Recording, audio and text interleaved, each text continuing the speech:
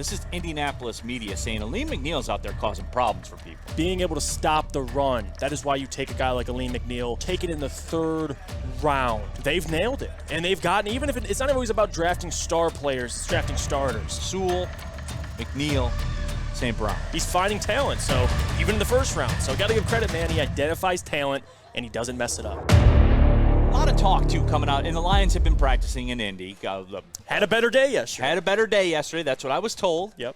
I was told they had a bad day Wednesday. I was told they had a better day yesterday. So, I'm equal opportunity on that. But one of the names that was brought up by a lot of people, Alim McNeill was balling out. That was the word. And this is Indy reports too. This is Indy writers talking about Indianapolis Colts. Yeah, I mean they're talking about Alim McNeill, and it's one of those things for me. And Alim McNeill, and look, the Amon-Ra St. Brown thing with me was I jumped on that one early when you saw the production, what you were getting versus the draft position and all that kind of stuff.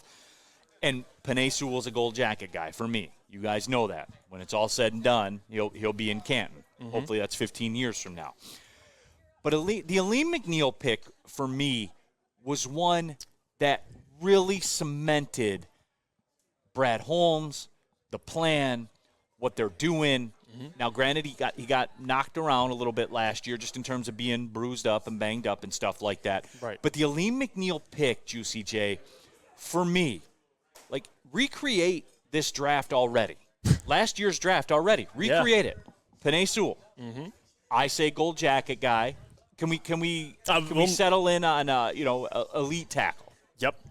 Top 10 tackle in the NFL. Absolutely. I think we can all agree on that, right? Okay. Levi Onwuzurike, jury's still out a little bit. Yeah. Had moments. Alim McNeill, third round pick. Solid. He's a starter. I got Braylon Edwards in now. I told you to star-studded around here. He's looking good, too. I know. Look at him. Braylon going to come running back through here right now. Look at that athleticism. Look at him. Ooh, still got that 40 time. No, but Alim McNeill, though, is the guy.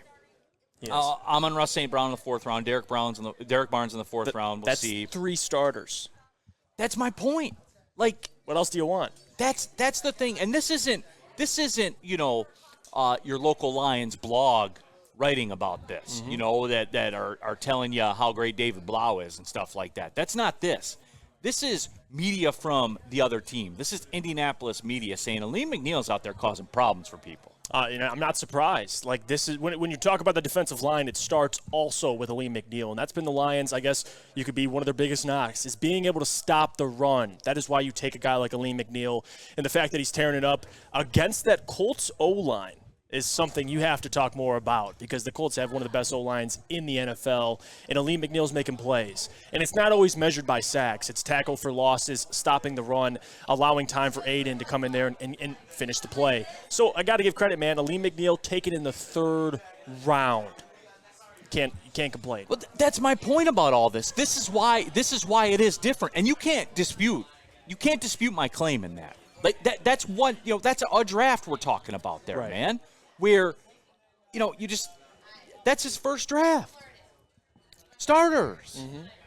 It's kind of like that Troy Weaver effect. You have a guy who, in his first two drafts, Troy being 3, they've nailed it. And they've gotten, even if it's not always about drafting star players, it's drafting starters. And that's something the Lions have failed to do later in the draft. And Brad Holmes, where's his bread and butter?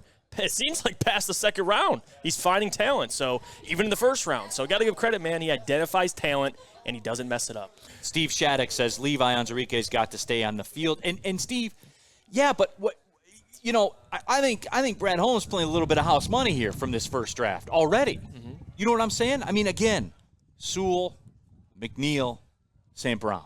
Yeah, they can't all be starters. no one hits 100%. Yeah, no, absolutely. And they could afford, and listen, Levi, I'm excited. I think there's a lot for him to prove. But, Neil, everything's not banked. The fact that you found Amon-Ra, Alim McNeill, Penei Sewell, that's the key. It's not about Levi, whether he stays healthy. I think he can still be a contributor, but you hit on 3 studs. And that's what you take away from it. Yeah, I mean, it is. And look, that goes to if you can pick – and the draft this year, okay, yeah. Hutchinson, mm-hmm. Jameson Williams, we'll see. We're going to see. Let's be fair. Kirby Joseph has looked good. We're going to see. Yeah, he'll be a contributor. He'll be a contributor. Malcolm Rodriguez angling towards being a starting line. You see what I'm saying? Let's just baseline it. I think we're all sold on Hutchinson, right? Yep. Everybody who's not a Michigan State fan anyway is sold on Hutchinson in terms of being a contributor, being a starting player in the National Football League.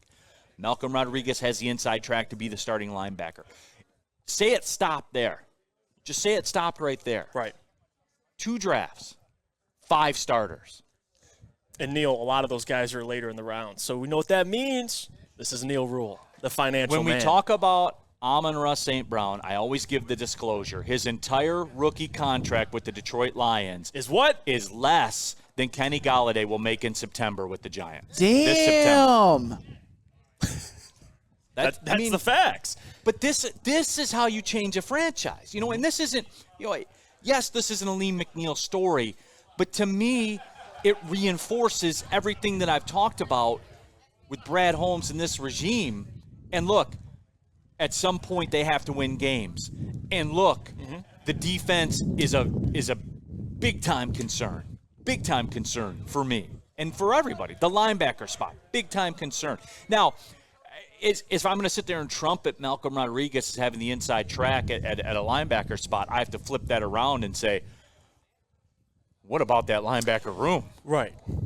Both things can be true, though. Yeah, but the fact that he's finding, because you could still have a bad linebacker room, Neil, and not find starters. If you find a guy like Malcolm Rodriguez who has a possibility to contribute year one and make an impact, yes, the linebacker room is bad.